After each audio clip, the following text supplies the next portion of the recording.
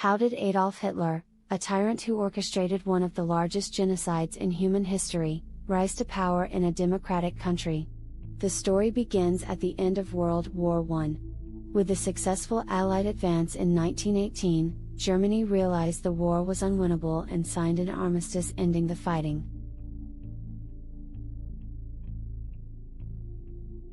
As its imperial government collapsed, civil unrest and worker strikes spread across the nation. Fearing a communist revolution, major parties joined to suppress the uprisings, establishing the parliamentary Weimar Republic. One of the new government's first tasks was implementing the peace treaty imposed by the Allies. In addition to losing over a tenth of its territory and dismantling its army, Germany had to accept full responsibility for the war and pay reparations, debilitating its already weakened economy. All this was seen as a humiliation by many nationalists and veterans. They wrongly believed the war could have been won if the army hadn't been betrayed by politicians and protesters. For Hitler, these views became obsession, and his bigotry and paranoid delusions led him to pin the blame on Jews. His words found resonance in a society with many anti-Semitic people. By this time, hundreds of thousands of Jews had integrated into German society, but many Germans continued to perceive them as outsiders. After World War I, Jewish success led to ungrounded accusations of subversion and war profiteering. It cannot be stressed enough that these conspiracy theories were born out of fear, anger, and bigotry, not fact. Nonetheless, Hitler found success with them. When he joined a small nationalist political party, his manipulative public speaking launched him into its leadership and drew increasingly larger crowds.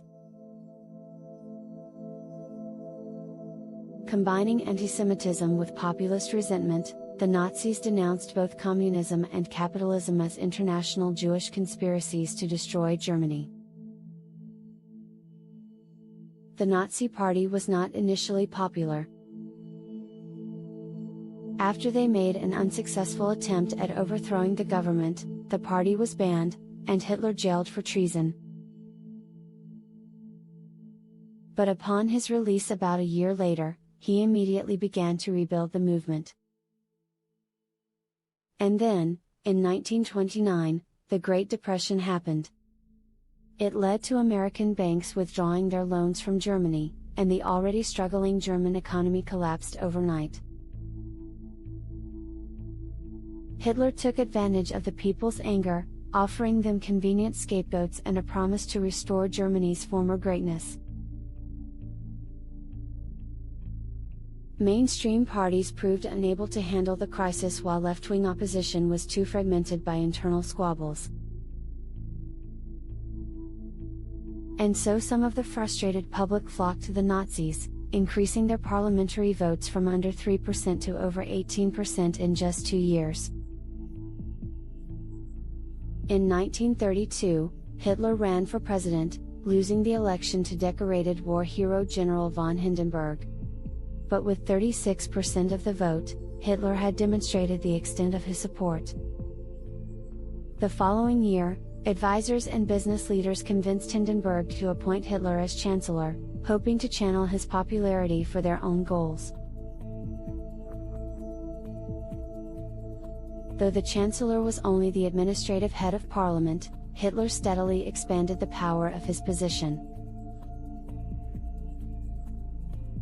While his supporters formed paramilitary groups and fought protesters in streets, Hitler raised fears of a communist uprising and argued that only he could restore law and order.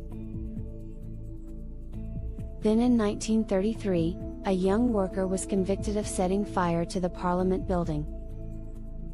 Hitler used the event to convince the government to grant him emergency powers. Within a matter of months, freedom of the press was abolished, other parties were disbanded, and anti-Jewish laws were passed. Many of Hitler's early radical supporters were arrested and executed, along with potential rivals, and when President Hindenburg died in August 1934, it was clear there would be no new election. Disturbingly, many of Hitler's early measures didn't require mass repression. His speeches exploited people's fear and ire to drive their support behind him and the Nazi Party. Meanwhile, businessmen and intellectuals, wanting to be on the right side of public opinion, endorsed Hitler. They assured themselves and each other that his more extreme rhetoric was only for show. Decades later, Hitler's rise remains a warning of how fragile democratic institutions can be in the face of angry crowds and a leader willing to feed their anger and exploit their fears.